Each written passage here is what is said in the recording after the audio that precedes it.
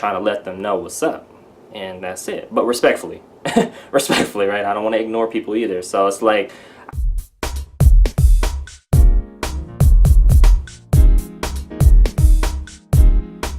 hey, it's Lance McGowan here, and I got a woman who slid into my DM, but to tell me that doTERRA, Young Living, and Melaleuca are pretty much all the same. So, you know, I post on Instagram. Make sure to check that out at Essential Oils Me. Here's what she did. She just slid right into my direct message, and she said, starting off the conversation with, "I love essential oils!" exclamation point. I was like, in my mind, I was like, okay, me too. But I said, actually, you and me both. Have you used doTERRA before? She said, no, but about the same as Young Living, which I have. Same, I mean, what? Quality, service, price? That's why I've done a lot of videos that kind of compare companies, because a lot of people were like, this company's more or better than this or that or that. I'm like, let me just break it down, because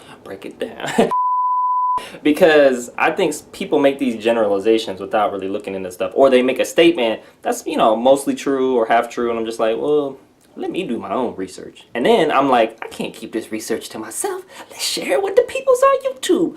And then that's pretty much how it works. Yeah. Okay. And then I said, that's cool. That depends on what you're referencing to, ...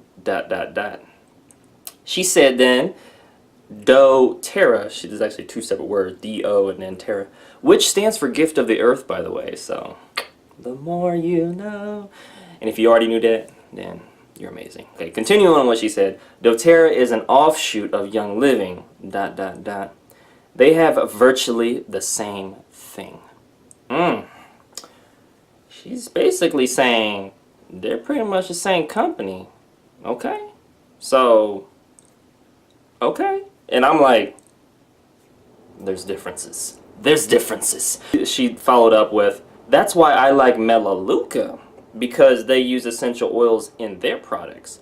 Now I'm just all disconfused-ulated, because I'm like, all three companies use essential oils in their products, and all three companies have more than just essential oils. So I'm just like, okay, so this sounds like a teachable moment, so let's rein it in, right? Let's use some essential oils for the calming down of the emotions. Let's use some serenity. Great for Instagram DMs that just make you feel some type of way. Immediately feeling calmer and more relaxed. Even though I'm just reading off what happened in the past. But yeah, at the time, just helped. Then I responded back with, yes and no. I've done way too many YouTube videos covering all that and more to give a response that would even do that justice. So pretty much I was just like saying, I could over-explain the differences of all the companies, but it's like, like I said, I've done way too many videos. Which you haven't already seen, make sure to check those out. Hey. And then she responded back with, okay, everyone thinks their thing is the best, ... I'm not interested in either one these days.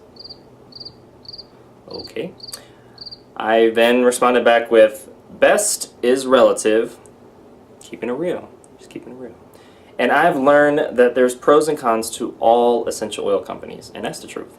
Okay. But having the facts and some experience helps with coming to more accurate conclusions. Just hitting it with the truth.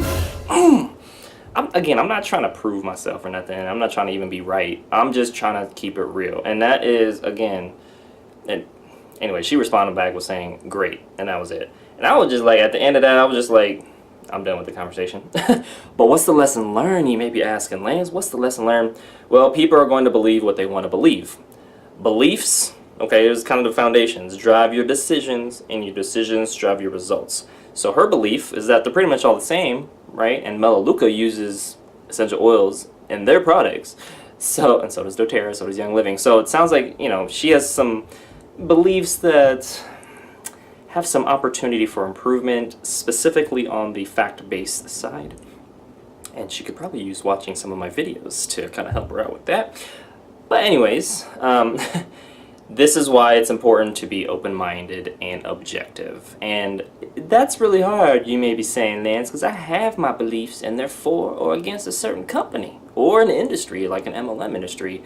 Because I've done lots of videos talking about Reddit posts and the anti-MLM thread, and we know where they stand. It's all in the name, anti-MLM. But we can still be a little more objective, even though we are subjective.